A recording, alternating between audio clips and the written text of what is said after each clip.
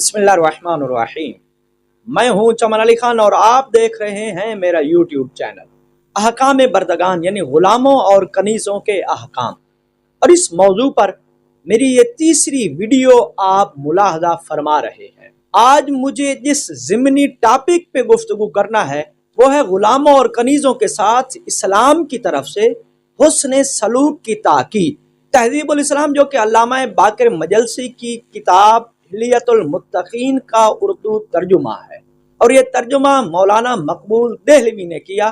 اس کتاب کے 10ویں باب کا عنوان ہے لوگوں کے ساتھ زندگی بسر کرنے کے آداب، اور جو ایڈیشن میرے سامنے ہے اس کتاب کا، اس کے صفحہ نمبر 354 پر درج ہے کہ حضرت امام محمد باقر علیہ السلام سے منقول ہے کہ جو شخص اپنے غلام یا لونڈی کو بغیر کسی ایسی خطا یا جرم کے جس سے وہ شرعاً مستحق سزا ہو اتنی مار بھی مارے جتنی کہ خدا نے مقرر فرما دی ہے، تو بھی اس کے گناہ کا کفارہ اس کے سوا اور کچھ نہیں ہے کہ اس غلام یا لونڈی کو آزاد کر دے۔ اسی کتاب کی اسی باب میں ایک اور روایت ہے کہ لوگوں نے حضرت امام علی نقی علیہ السلام سے دریافت کیا کہ ایک غلام اپنے آقا کا حکم نہیں مانتا، آیا اسے مارنا جائز ہے؟ فرمایا نہیں، اگر وہ طبیعت کے موافق ہے تو رکھو، ورنہ بیچ ڈالو یا آزاد کر دو۔ حضرت رسول خدا صلی اللہ علیہ وآلہ وسلم سے منقول ہے کہ جبرائیل علیہ السلام مجھے غلاموں اور لونڈیوں کے بارے میں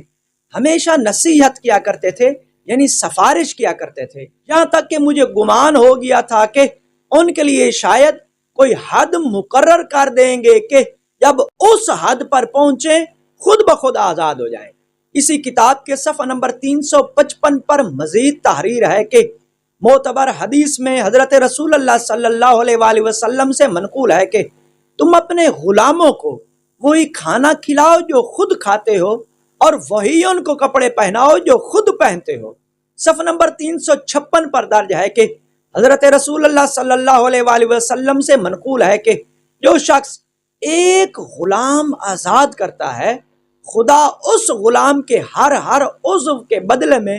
اس شخص کا بھی ہر عضو آتش دوزخ سے آزاد کرتا ہے۔ حضرت امام سجاد علیہ السلام حق الرعیت بے ملک الیمین کے عنوان کے تحت اپنے رسالہ حقوق میں ارشاد فرماتے ہیں کہ تمہارے مملوک و غلام کا تمہارے اوپر یہ حق ہے کہ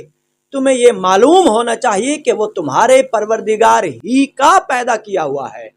وہ بھی تمہاری طرح گوشت اور خون رکھتا ہے، تم اس لیے اس کے مالک نہیں ہو کہ تم نے اسے پیدا کیا ہے، بلکہ اسے خدا نے پیدا کیا ہے، اور نہ تم نے اسے کان اور آنکھ عطا کی ہے، اور نہ اس کی روزی تمہارے ہاتھ میں ہے، بلکہ اس سلسلے میں خدا نے تمہاری مدد کی ہے کہ اسے تمہارے تابع کر دیا ہے، اور تم کو اس کا امین قرار دیا اور اسے تمہارے سپرد کر دیا تاکہ تم اس کی حفاظت اور اس کے ساتھ اسی جیسا سلوک کرو، اسے وہی کھانا کھلاؤ جو تم کھاتے ہو، اور وہی کپڑے پہناؤ جو تم پہنتے ہو، اور اس کو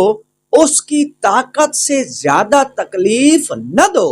اسلام نے غلاموں کے حقوق کے حوالے سے اس قدر دلچسپی کا مظاہرہ کیا ہے کہ اسلام کے نزدیک غلام کو غلام اور کنیز کو کنیز کہہ کر پکارنا بھی ناقابل برداشت ہے، جیسا کہ حضور پاک صلی اللہ علیہ وآلہ وسلم کا فرمان مبارک ہے کہ لا یقل احدکم ھذا عبدی وھذہ امتی، یعنی کسی کو یہ حق نہیں ہے کہ وہ یہ کہے یہ میرا غلام ہے یا یہ میری کنیز ہے، بلکہ اسے یہ کہنا چاہیے کہ یہ جوان ہے، یہ خاتون ہے۔ اسی طرح ایک بڑا مشہور سا واقعہ ہے کہ حضرت امیر المومنین علی ابن ابی طالب علیہ السلام